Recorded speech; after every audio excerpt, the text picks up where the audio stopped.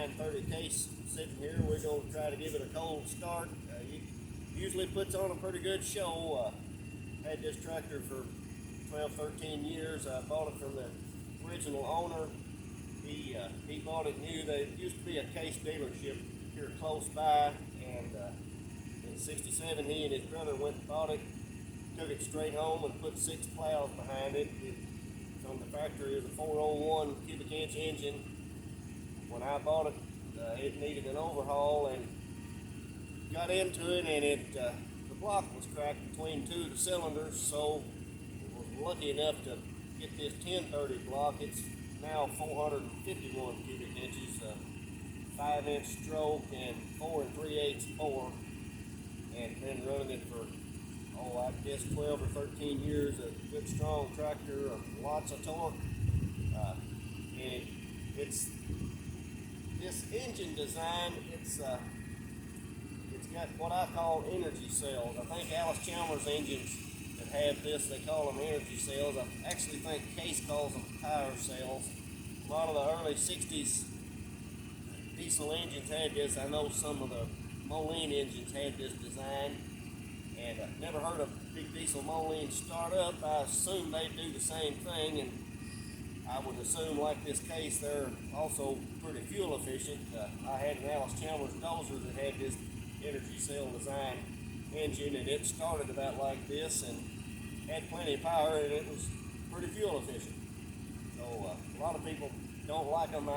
These tractors generally don't sell very well. I assume it's because of the way they start, but I've had good luck out of this tractor, and usually puts on a show when you start it up cold, so we'll see what we can do.